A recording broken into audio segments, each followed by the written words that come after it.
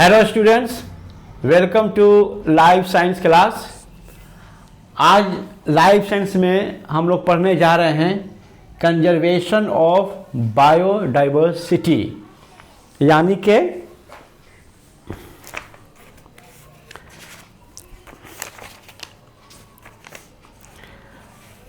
Biodiversity का तहफ़्फ़ुज़।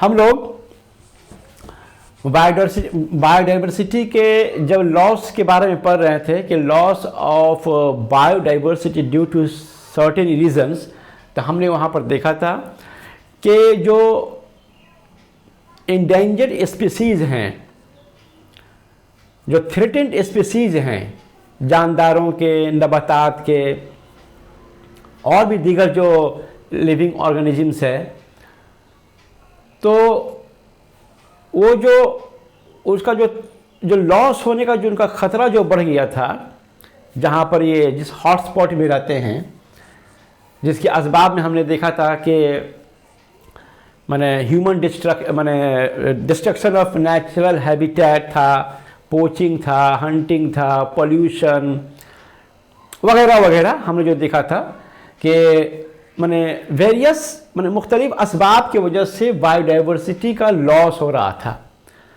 तो अगर ये जो स्पीसीज, जो इंडेंजर्ड स्पीसीज, जो थ्रेटेंड स्पीसीज है, ये अगर हमेशा के लिए अगर लॉस हो जाएगा, जानदार अगर लॉस हो जाएंगे, नबातात लॉस हो जाएंगे, तो इकोसिस्टम जो है डिस्टर्ब हो जाएगा। एक बैलेंस्ड इकोसिस्टम के लिए ज़रूरी है कि उस इकोसिस्टम में जितने भी कंपोनेंट्स ऑफ इकोसिस्टम हैं, मतलब वहाँ भी जो भी नबातात, जानदार हैं, उस सबको जो है तहफ़्फ़ुज़ जो है फराहम किया जाएगा। अगर ये डिस्ट्रॉयड हो गए, बर्बाद हो गए, तो पूरा इकोसिस्टम डिस्टर्ब हो जाएगा, बर्बाद हो जाएगा। इसलिए कि इकोसिस्टम में जो कंज्यूमर्स, प्रोड्यूसर्स, डिकम्पोजर्स जो है, जो कंपोनेंट्स होते हैं, जिसको कि बायोटिक कंपोनेंट होते हैं, कुछ अबायोटिक कंपोनेंट्स होते हैं, ये एक दूसरे के ऊपर मुनहसिर करते हैं, इंटरडिपेंडेंट होते हैं, एक दूसरे के बगैर जो है ज़िंदा नहीं रह सकता है।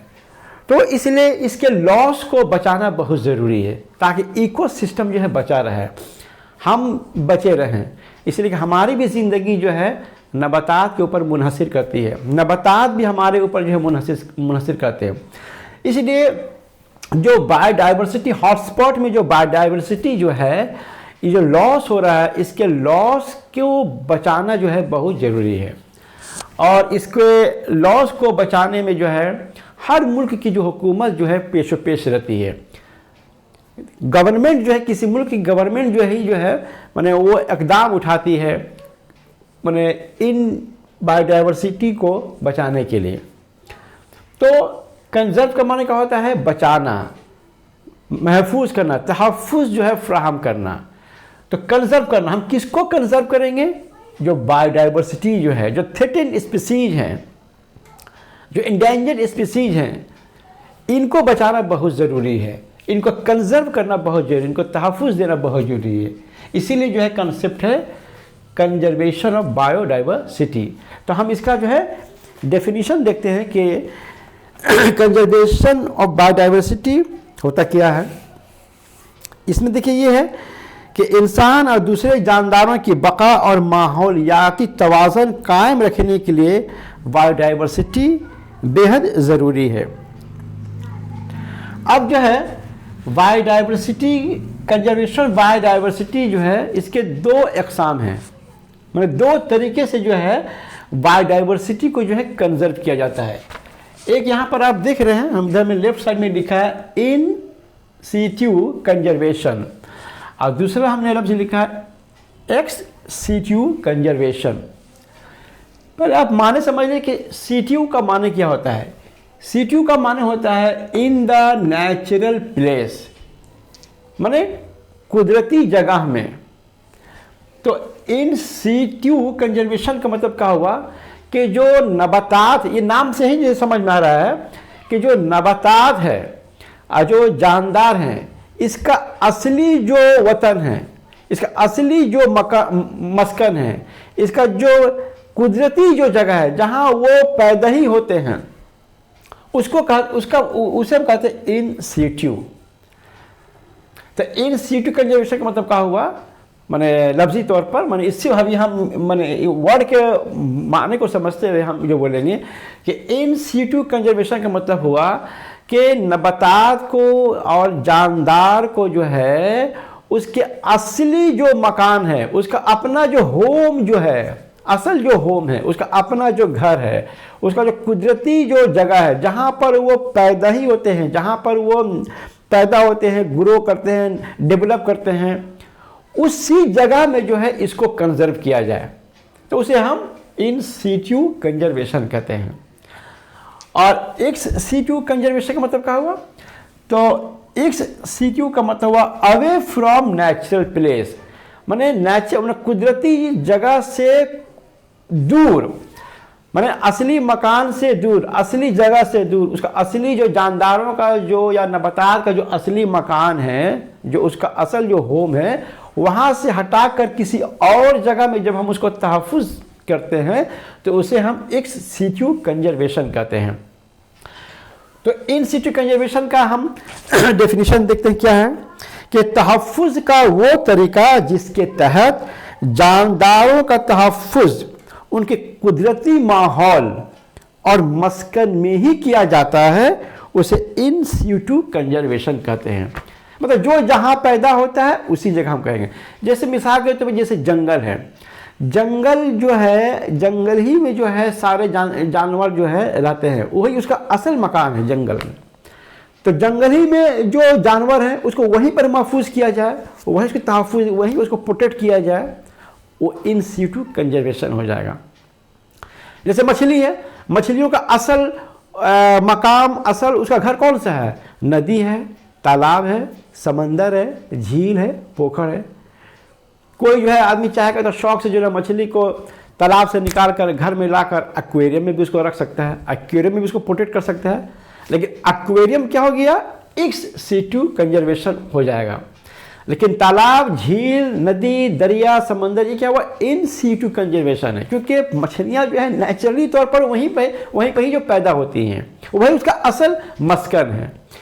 तो हम उम्मीद करते हैं कि ये इन सीटू और एक्स सीटू जो अल्फाज है इसका मीनिंग आपको समझ आ गया होगा।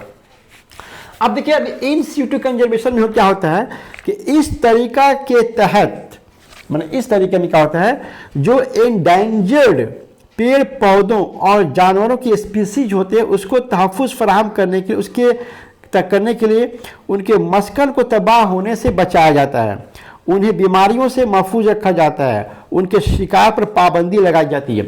अच्छा, ये जो तहफ़्फ़ुज़ हम कर रहे हैं किस लिए कर रहे हैं, जो एंडेंजर, किसको तहफ़्फ़ुज़ कर रहे हैं, जो एंडेंजर्ड स्पीसीज है, जो थ्रेटेन स्पीसीज है, जिसके मादूम होने का खतरा बढ़ गया है, उसी को हम वहाँ पर प्रोटेक्ट करेंगे। ठीक है, तो उसको प्रोटेक्ट कहाँ करते हैं, उसके असली मस्कन में। ठीक है, तो और अफजाइश नस्ल के जरिए उनकी तादाद बढ़ाने की कोशिश की जाती है।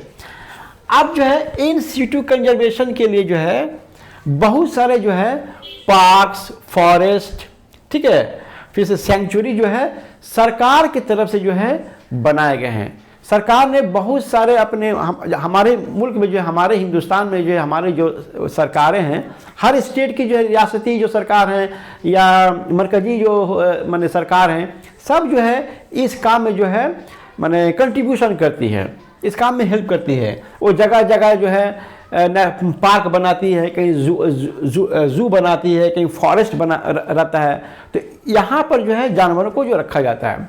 अब देखिए, जैसे कि इन सीटू कंजर्वेशन के अंदर में कौन कौन सा आया, जैसे नेशनल पार्क।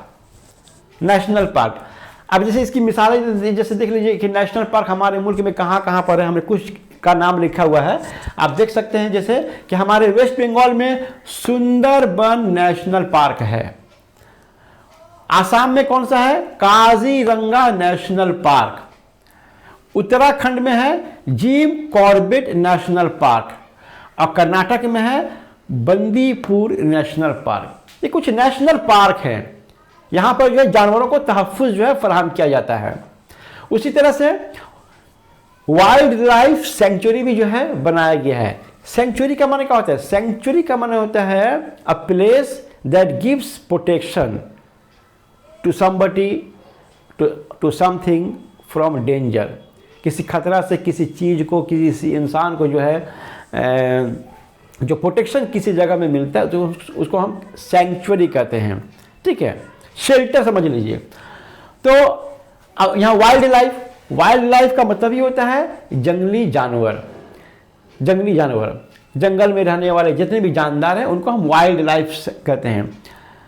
तो अब इसमें जो वाइल्ड लाइफ सेंचुरी हमारे मुल्क में कौन कौन से रियासतें में हैं, जैसे देखिए पेरियार वाइल्ड लाइफ सेंचुरी ये केरला में है, Manas wildlife sanctuary Assam में है, Jaldapara wildlife sanctuary West Bengal में है, ये हमारे वेस्ट बंगाल में है। उसी तरह से कुछ रिजर्व फॉरेस्ट किया गया, फॉरेस्ट जो रिजर्व है। अब इसमें देखिए कहाँ कहाँ है, हमारे वेस्ट बंगाल में है गोरुमारा रिजर्व फॉरेस्ट। अच्छा, उसके बाद एक गिर रिजर्व फॉरेस्ट, ये गुजरात में है। और आसाम में जो है काजीरंगा रिजर्व फॉरेस्ट है।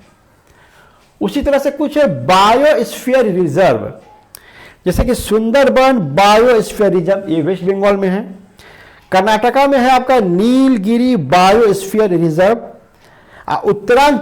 उत्तरांचल में है नंदा देवी बायोस्फीयर रिजर्व। तो ये सब जो है मैंने यहाँ पर जो है जानवरों को, नबातात को जो है तहफ़्फ़ुज़ जो है किया जाता है। अब इसका थोड़ा सा हम एक एक का देखिए, सब एक ही चीज़ है, सबका काम है प्रोटेक्शन देना, सबका काम है सेफ्टी देना एंडेंजर्ड और थ्रेटेंड स्पीसीज को यहाँ पर दिया जाता है। सबका पर्पज है कि सबका मकसद ऐसे कि जानवरों को, नबातात को प्रोटेक्शन दिया जाए, मादूम ना होने पाए। फिर भी बस हम कैरेक्टरिस्टिक्स इसका हम देख लेते हैं। जैसे देखिए कि नेशनल पार्क के अंदर में आया है कि कौमी पार्क में यानी नेशनल पार्क में तमाम पेड़ पौधों और जानवरों के साथ कुदरती और सकाफती वसाइल का तहफ़्फ़ुज़ भी किया जाता है। कौमी पार्क में इंसानी सरगर्मियाँ जैसे ह्यूमन एक्टिविटी, जैसे कि खेती बाड़ी, मवेशियों के चारागाह, फॉरेस्ट्री, शिकार, दरख्तों की कटाई वगैरह की इजाज़त नहीं होती है। कोई भी अगर नेशनल पार्क में कोई विजिट करने के लिए गया तो वहाँ पर जो है ना आप दरख्त को नहीं काट सकते हैं, शिकार नहीं कर सकते हैं। ठीक है, इन इलाकों में ये जो है इल्लीगल है। आप अगर यहाँ पर शिकार जानवरों का कीजिएगा तो फिर जो है आपके ऊपर फाइन लग जाएगा। उसी तरह अच्छा, अब नेशनल पार्क में हम लोग देखते हैं कि कौन कौन से जानवर को जो प्रोटेक्शन दिया जाता है। जैसे सुंदरबन कौमी पार्क है, यहाँ पर महफूज जानवर कौन है, यहाँ पर है रॉयल बंगाल टाइगर, हरिन, घड़ियाल वगैरह, ये आपका सुंदरबन नेशनल पार्क में। उसी तरह से जिम कॉर्बेट नेशनल पार्क में जो है कौन कौन से महफूज जानवर है, शेर, नीलगाय, हाथी, चीता वगैरह वगैरह।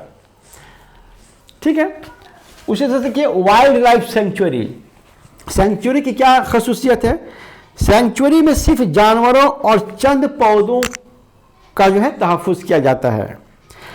सेंचुरी में इंसानी सरगर्मियाँ जैसे खेती बाड़ी, मवेशियों के चारागाह, फॉरेस्ट, शिकार और दरख्तों की कटाई वगैरह की इजाज़त होती है, यहाँ पर होती है। यहाँ पर दिया है कि सेंचुरी में ये सब होती है। अच्छा, अब सेंचुरी में कौन कौन से जानवर हैं महफूज हैं, जैसे जालदापारा सेंचुरी जो है आपका वाइल्ड लाइफ से वेस्ट बंगाल में, यहाँ पर महफूज जानवर में आपका हिरन है, गेंडा है और चीता वगैरह है। अच्छा, उसके बाद आ जाइए रिजर्व फॉरेस्ट।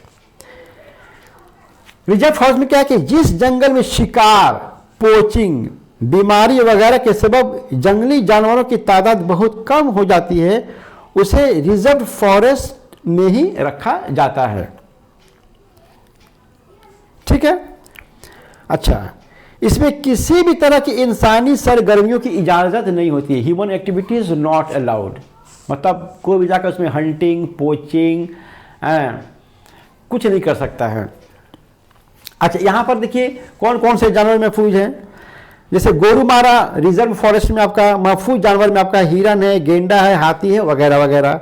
गिर रिजर्व फॉरेस्ट जो गुजरात में है, वहाँ पर महफूज जानवर में शेर बब्बर है, शेर है, सांभर, हिरन, मोर वगैरह है।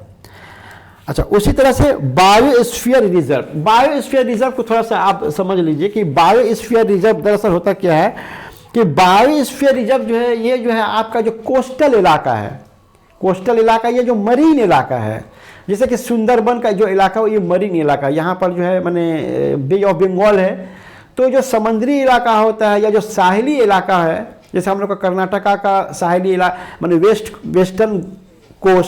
वेस्टर्न कोस्ट ये साहिली इलाका हो गया। उसी तरह से ईस्टर्न कोस्ट वो भी साहिली इलाका हुआ। तो ये साहिली इलाके जो होते हैं और जो मरीन इलाके होते हैं खास करके, वहाँ पर जो है ये बायोस्फीयर रिजर्व होता है।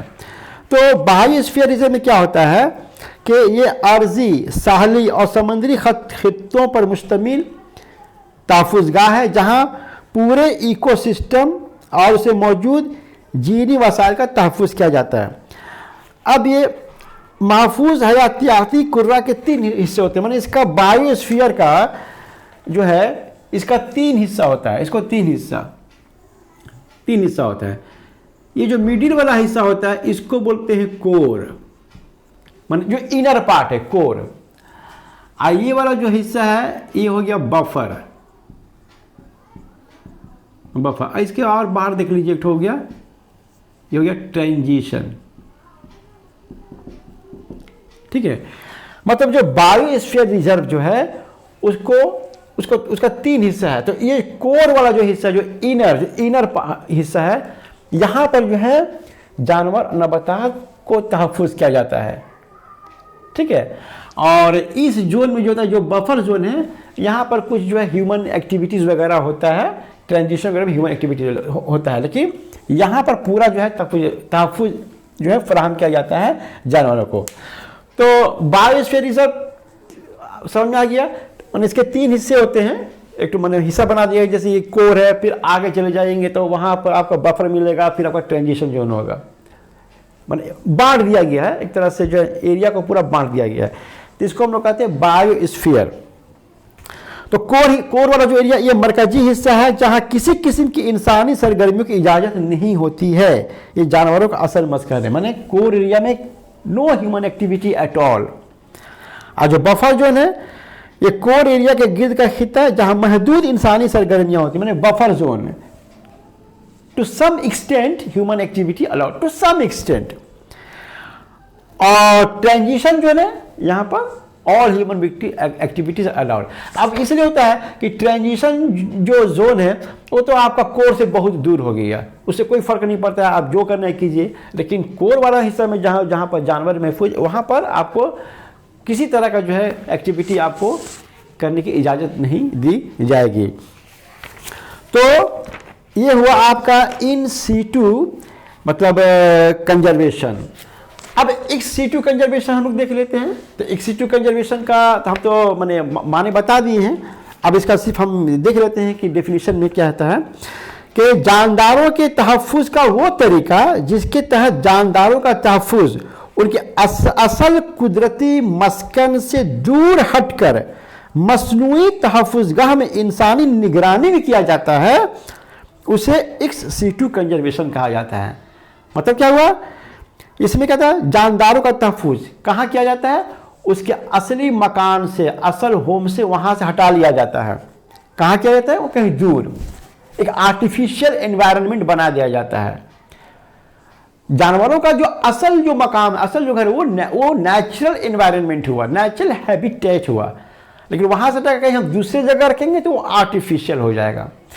तो वहाँ पर जो है रखा जाता है इंसानी निगरानी में, तो उसे हम एक्स सीटू कंजर्वेशन कहते हैं। अब ये एक्स सीटू कंजर्वेशन की ज़रूरत क्यों हो गई? फर्ज कर लीजिए कि जंगल है, जंगल में जो है जानवर नबातात वगैरह है, वहाँ पर फॉरेस्ट है, अचानक मान लीजिए वहाँ पर आग लग गया। अब आग लग जाएगा तो जो है खतरा तो बढ़ गया जानवरों के जलने का, मरने का। तो क्या किया जाएगा, फौरन वहाँ से जानवर को जो हटाया जाएगा, वो उसका असली मकान है, लेकिन उसको जल्दी फौरन वहाँ से हटाकर कहीं दूर किसी जो है सेफ प्लेस में जो है उसको ले जाकर रखा जाएगा। तो वो जो वहाँ से हटा के जो सेफ प्लेस में रखते हैं वो एक सिटू कंजर्वेशन हो गया। या मान लीजिए जंगल में जो किसी को वबा की बीमारी फैल गई, कोई कॉन्टेजियस डिजीज जानवर ही के अंदर में फैल गया, जिससे जानवर जो है ना मरने लगे, फौरन वहाँ से जो है माने अनअफेक्टेड जो जानवर वहाँ से फौरन वहाँ से जो है उसको हटा लिया गया और दूसरे माने किसी आर्टिफिशियल दूर एनवायरनमेंट में रख दिया गया। तो ये एक सिटू जो है कंजर्वेशन हो गया। ये मतलब कोई माने एक्स्ट्रा ऑर्डिनरी सर्कमस्टांसेस में किया जाता है एकदम, ठीक है। तो अगर किसी तहफ़्फ़ुज़गाह में वबाई बीमारी या किसी और वजह से जानदारों को वजूद खतरे में पड़ जाता है या फिर कुदरती आफत से वगैरह से जानदारों का मस्कन ही बर्बाद हो जाता है, तो ऐसी सूरत में खतरे में पड़े इन जानदारों का तहफ़्फ़ुज़ उनके असल मस्कन से दूर हटकर मसनूई तहफ़्फ़ुज़गाह में इंसानी निगरानी में किया जाता है। तो ये हुआ एक्स सिटू। अब हम देखते हैं कि एक्स सिटू कंजर्वेशन में माने इसके लिए कौन कौन से जो है माने तहफ़्फ़ुज़गाह बनाए गए हैं। तो एक नंबर में है बोटैनिकल गार्डन्स। कलकत्ता के हावड़ा में आप चले जाइए शिवपुर में, वहाँ पर आपको बोटैनिकल गार्डन्स मिलेगा जिसका नाम है AC बोस बोटैनिकल गार्डन्स। उसी तरह से कर्नाटका में है गवर्नमेंट बोटैनिकल गार्डन। उसी तरह से आपका जो है कुछ जूलॉजिकल गार्डन बोलकर है। अब जाहिर से जूलॉजी का तो जू होता है, चिड़िया खाना जिसको हम बोलते हैं। हमारे बंगाल के अलीपुर में जो है ना अलीपुर जू बोलकर जो है वहाँ पर आप जाइए, विजिट कीजिए, जानवरों को देखिए, नबातात को देखिए।